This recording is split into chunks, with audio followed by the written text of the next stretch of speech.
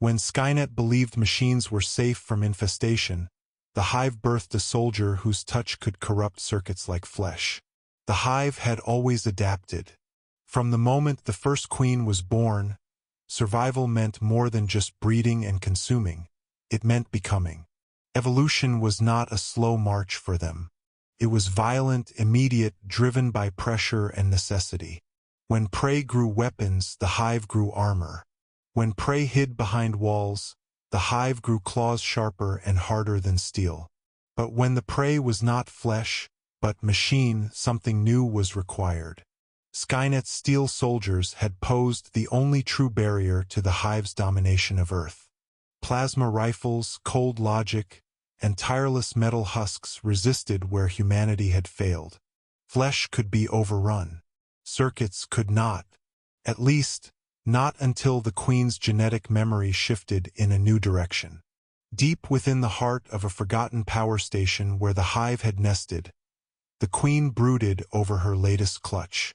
Her drones worked tirelessly, weaving resin across shattered walls, cocooning human captives, spreading the black web of their biology through wires and pipes alike.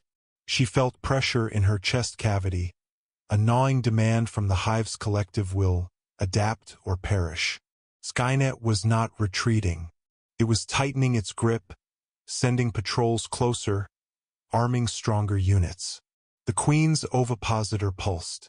She shivered with a violent, unnatural tremor, and the next egg she laid was different.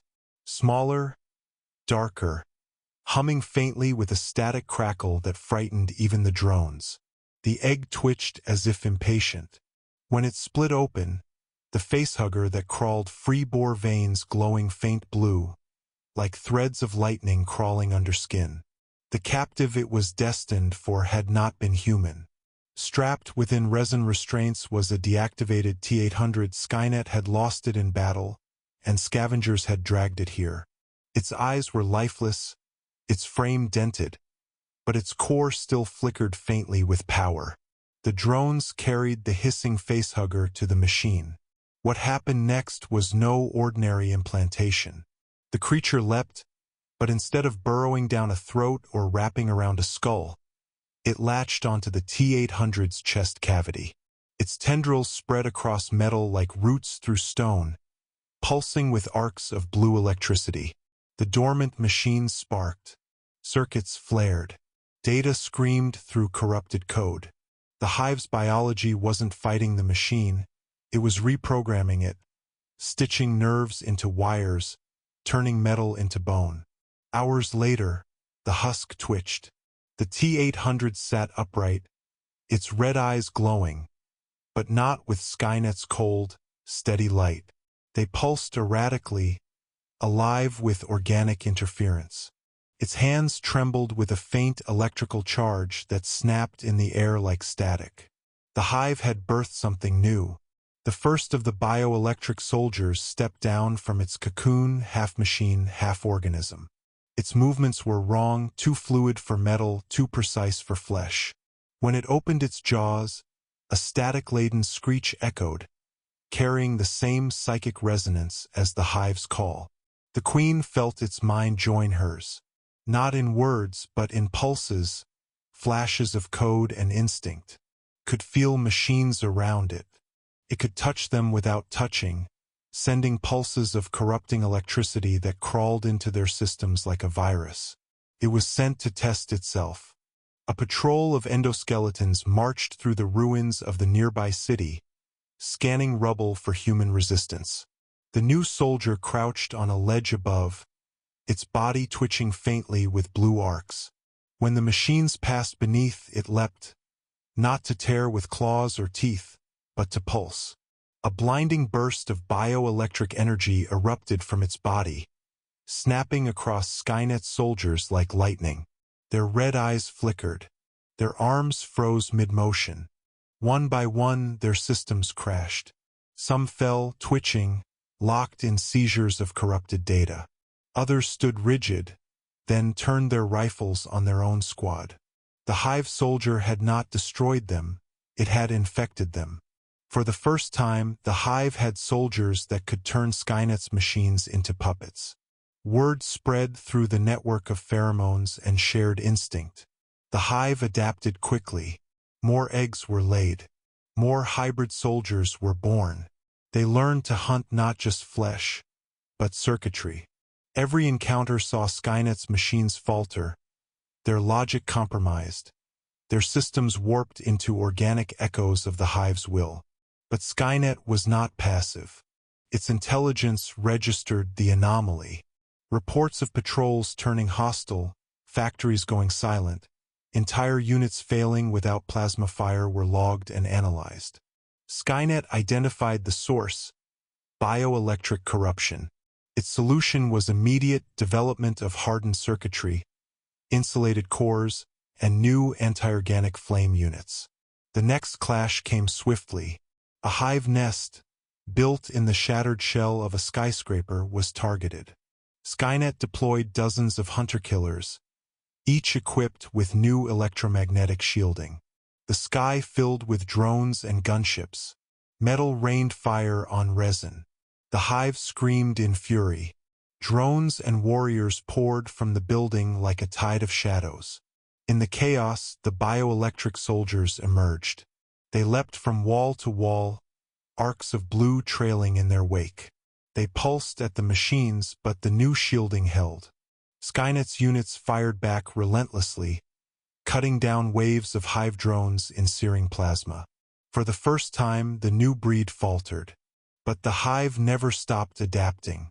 One soldier, struck down by plasma fire, writhed and convulsed as its flesh burned and circuits sparked. Its body collapsed, but not before releasing one final surge. Stronger, wider, a desperate burst that leapt across the battlefield. For an instant, every Skynet unit froze. Just a second. But it was enough. Drones swarmed. Warriors leapt.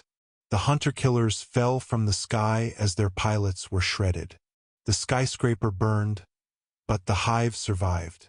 The Queen felt the victory not as triumph, but as proof. The bioelectric soldiers could be refined. They could grow stronger. From that day, the Hive began deliberately capturing Skynet machines, not to destroy but to convert.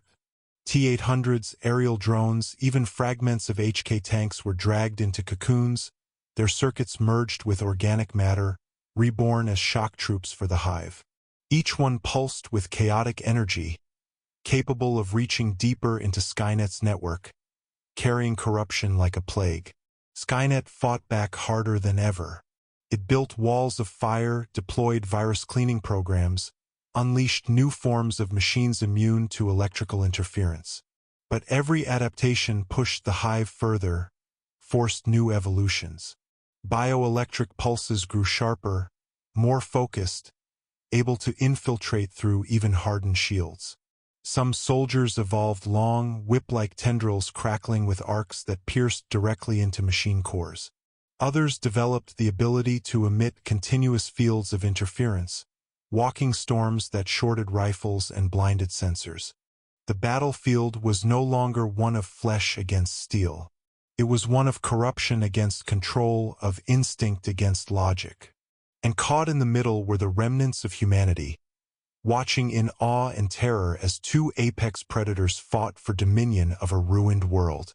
Some humans whispered that the Hive was their salvation, that the new soldiers could destroy Skynet once and for all. Others believed it was only replacing one nightmare with another, machines for monsters. But the truth did not matter. The Hive did not care for hope or fear, cared only for survival, and survival meant domination.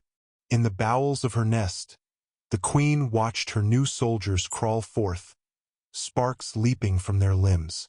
She felt their minds join the Hive's song. She felt Skynet watching, calculating, adapting. The war was no longer one-sided. For the first time, the machines had met something they could not fully predict. And for the first time, the Hive had found prey worthy of evolution. The world burned, but the Hive thrived. The bioelectric soldiers marched into the future, their pulses echoing like thunder across a battlefield where flesh and metal no longer stood apart. The war was changing, and the Queen knew one thing with certainty. Skynet would fall or the Hive would burn the world trying.